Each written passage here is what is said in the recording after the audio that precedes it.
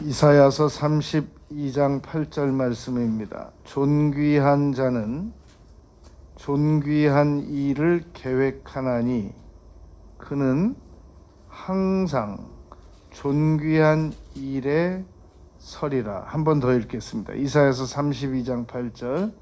존귀한 자는 존귀한 일을 계획하나니 그는 항상 존귀한 일에 서리라. 아멘. 여러분, 하나님께서 우리에게 2021년이라고 하는 새로운 기회를 허락하셨습니다. 그러나 사람에게는 새로운 날이나 새로운 시간이나 새로운 환경이 사람에게 새로운 마음을 주시지는 않습니다. 새로운 마음이 오히려 새로운 환경을 만들어 나갈 수가 있는 것입니다. 문제는 우리가 어떻게 해야 새로운 마음을 가질 수 있겠느냐 하는 겁니다. 그것은 세 가지 방법이 있습니다. 우리 마음이 새로워지기만 하면 얼마든지 환경도 바꿔낼 수 있고 얼마든지 새날을 보람되게 살아갈 수 있습니다. 그런데 아무리 우리에게 새날이 많이 다가오고 새 시간이 다가오고 새로운 환경이 다가온다고 할지라도 우리의 마음이 달라지지 않으면 그 새날과 새 시간과 새 환경이 아무런 효력도 발휘하지 못하게 된단 말입니다. 그러므로 우리는 새해에는 반드시 새로운 마음을 가져야 하겠습니다. 그래서 새로운 마음으로 환경을 다스리고 우리 자신을 이기고 시간도 다스리고 환경도 다스리고 날들도 해도 다스리자는 말입니다. 어떻게 하면 우리가 새로운 마음을 가질 수 있는가? 첫 번째로 우리 인간의 마음은 절대 악하다는 사실을 먼저 인정해야 됩니다. 우리가 새 마음을 가지려면 우리 인간의 마음은 조금도 희망적으로 바라볼 것이 없다라는 사실을 인정하고 받아들일 줄 알아야 된다는 겁니다. 이것을 칼빈께서는 인간은 전적으로 타락된 존재이다 라고 가르치셨습니다. 그러니까 우리가 새 마음을 가지기 위해서는 가장 첫 번째로 나의 마음은 도저히 희망적인 구석이 한 곳도 없다. 이것을 먼저 깨달을 줄 알아야 한단 말입니다. 왜 그러는가? 창세기 6장 5절에 보면은 하나님께서 인간의 마음으로 생각하는 것이 항상 악하다 라고 절망적으로 말씀하셨습니다. 그리고 창세기 6장 6절에서는 오죽하셨으면 땅 위에 사람 지었음을 한탄하사 하나님께서도 가지고 계신 마음으로 근심하셨다. 그렇게 기록하고 있습니다. 창세기 8장 21절에서는 사람의 마음에 계획하는 바가 어려서부터 악하대요. 여러분, 우리 사람들의 마음에 대해서 너무 그렇게 많은 기대를 가지지 않는 게 좋습니다. 어떤 사람들은 그렇게 말하는 사람이 있습니다. 나 좋은 사람입니다. 나 괜찮은 사람입니다. 자기 긍정적 측면에서는 굉장히 좋은 화법이고 좋은 주장이고 좋은 방법입니다. 그러나 그 말은 이게 전제되어 있어야 됩니다. 모든 인간은 죄인이고 모든 인간은 생각하는 바가 어려서부터 악하고 마음에 생각하는 것이 항상 악하다는 걸 전제하에 그러한 중에 괜찮은 사람입니다. 그러한 중에 내가 이 좋은 사람입니다. 이렇게 말해야 됩니다. 그 사람은 법 없어도 살 것 같아. 그 사람 천사 같아. 너무 착한 사람이야. 그 사람에게도 전제되어야 할 것이 있습니다. 인간은 악하고 어려서부터 계획하는 바가 악하다. 지금 그리스도인이 됐는데도 불구하고 그 마음은 항상 악하다. 이걸 인정할 줄 아는 것이 성경을 인정할 줄 아는 것입니다. 성경에 그렇게 써 있어요. 그리고 마태복음 15장 18절에 보면 예수님께서 사람의 입에서 나오는 것은 마음에서 나오는 거래요. 우리는 그냥 말은 입에서 나오는 건 줄만 알잖아요. 그런데 예수님께서 마태복음 15장 18절에서 입으로 나오는 것은 마음에서 나오는 거다. 그렇게 분명히 말씀하셨단 말입니다.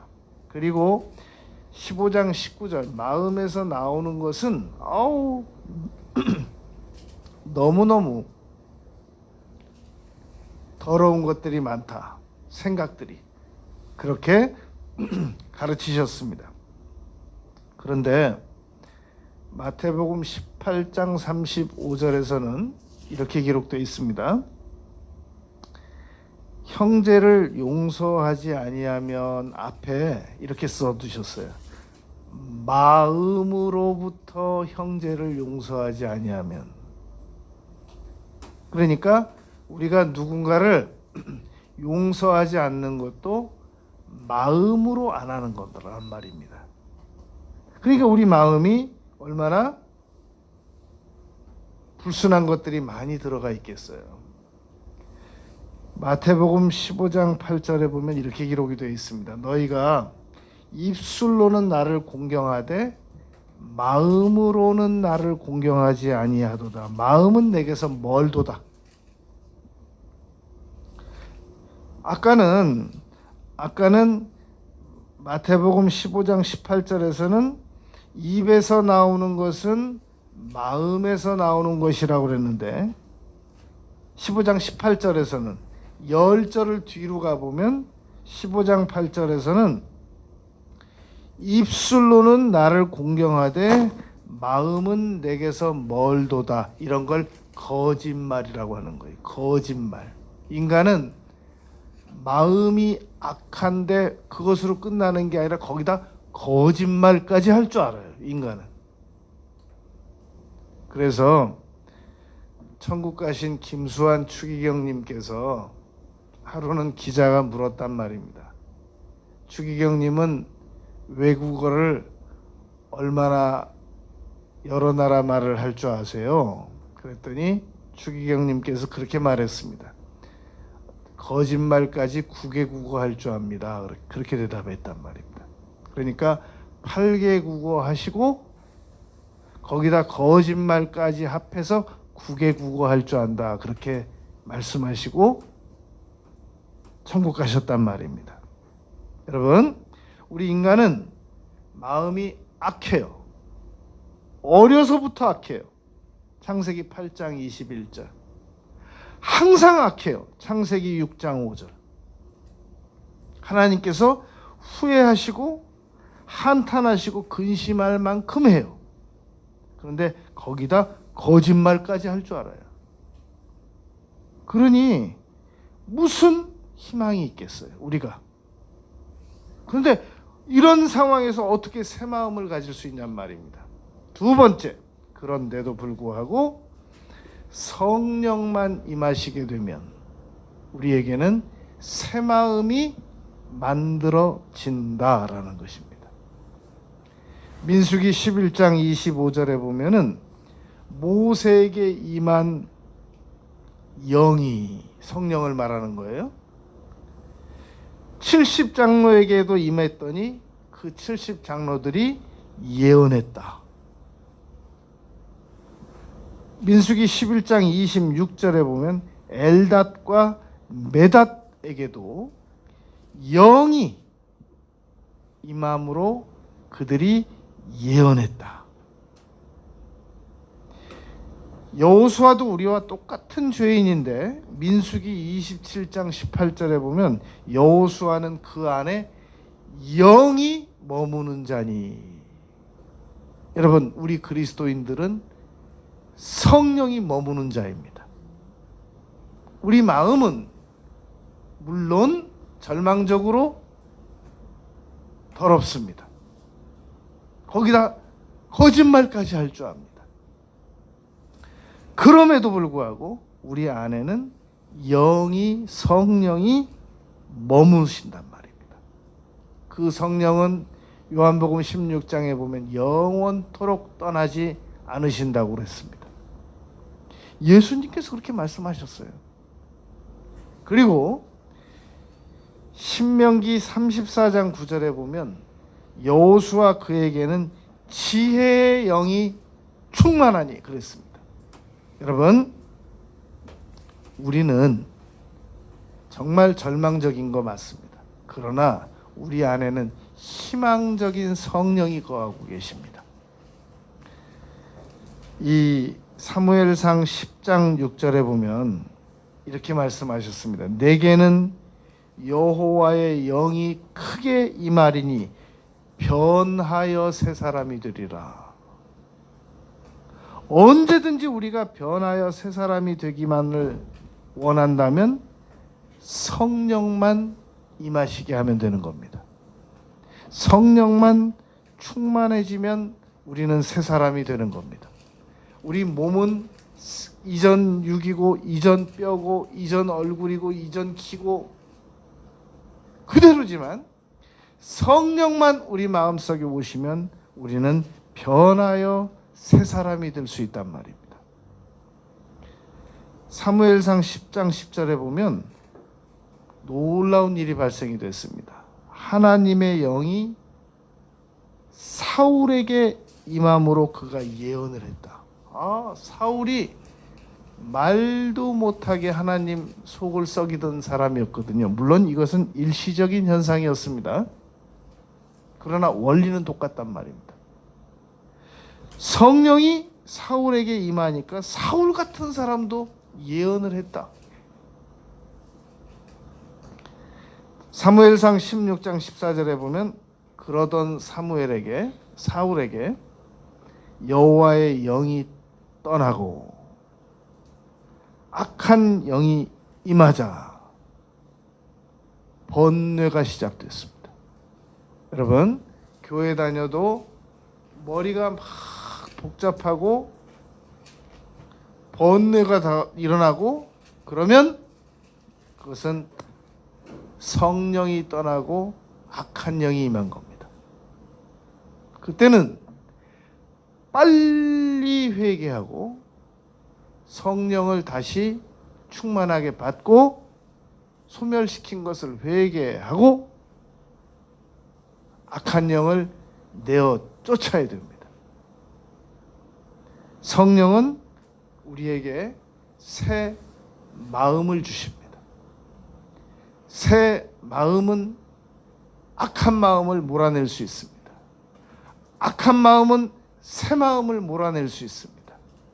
우리는 올해 새 마음을 가지고 살아나가야 한단 말입니다. 그러면 세 번째, 성령은 우리 마음에 어떻게 해야 임하실 수 있는가? 기도해야 됩니다. 야고보서 4장 8절에 보면 하나님을 가까이 하라. 너희를 가까이 하시리라. 그러셨습니다. 신명기 4장 7절 말씀에 보면 기도할 때 하나님이 가까이 하신다고 그랬습니다. 그러므로 하나님을 우리에게 가까이 하게 해드리려면 우리가 기도를 해드려야 됩니다. 여하튼 기도하는 동안에 하나님이 우리와 함께 계십니다. 함께 가까이 계십니다. 늘 함께 계시지만 기도할 때 그 사실이 믿어지고 깨달아진단 말입니다. 그래서 다니엘은 하루에 3번씩 기도드렸습니다. 하나님을 하루에 3번씩 가까이 느끼고 싶어서 하루에 3번씩 기도드렸단 말입니다.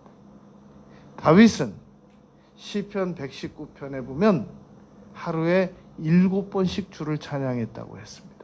여러분, 우리가 하나님을 가까이 하기 위해서 하루에 3번 기도하고 7번 기도해서 무슨 손해를 보겠습니까? 그 시간에 일을 하고 그 시간에 공부하고 그 시간에 사람 만나고 그 시간에 쉬어야 되는데 기도드리면 손해 아니냐? 쉬지 않고 기도드린 만큼, 공부하지 않고 기도드린 만큼, 일하지 않고 기도드린 만큼, 사람 만나는 시간을 포기하고 기도드린 것만큼 하나님께서 우리에게 30배, 60배, 100배로 더 많은 이득으로 돌려준다는 사실을 믿으시기 바랍니다. 여러분, 결론입니다. 새로운 환경과 새로운 날과 새로운 시간은 우리에게 새로운 마음을 줄 수 없습니다. 그러나 우리에게 새로운 마음이 임하기만 하면 새로운 환경도 다스리고 시간도 다스리고 물질도 다스리고 날도 다스리고 한 해도 다스릴 수가 있습니다. 문제는 어떻게 새 마음을 가질 수 있느냐는 겁니다. 우리 인간의 마음은 악하다고 하는 것, 절망적이라고 하는 것, 그걸 인정하는 겁니다. 그래서 성령을 절대 의지하는 겁니다. 성령께서 우리를 지배해 주게 하시기 위하여 기도를 드리는 것입니다. 새해 첫날 우리가 이 3가지 사실을 분명히 인지하고 인식하고 살아나가면 우리에게 올 한 해 동안도 계속해서 새로운 마음이 우리를 지배할 것입니다. 놀라운 일이 다가올 것을 믿습니다. 기도드리겠습니다. 아버지 하나님, 저희들에게 새로운 2021년을 허락해 주셔서 감사합니다. 정말로 놀랍습니다. 수많은 재산을 가지고도 새해를 맞이하지 못하였사온데 저희들에게 새해를 허락하시고 기회를 허락하셔서 너무너무 감사를 드립니다. 새해를 저희들이 놀랍게 이전 해와 다르게 그 어느 때와도 다르게 새해를 정말로 생산적이고 창조적이고 적극적으로 살아가도록 하겠습니다. 주님, 지켜보아 주시옵소서. 2021년을 저희들이 아주 성실하게 충실하게 하나님 경외하면서 이웃 사랑하면서 저희 자신들에게 보람이 느껴지도록 열심히 성실하게 살아가도록 하겠습니다. 감사를 드립니다. 예수님 이름으로 기도드렸습니다. 아멘.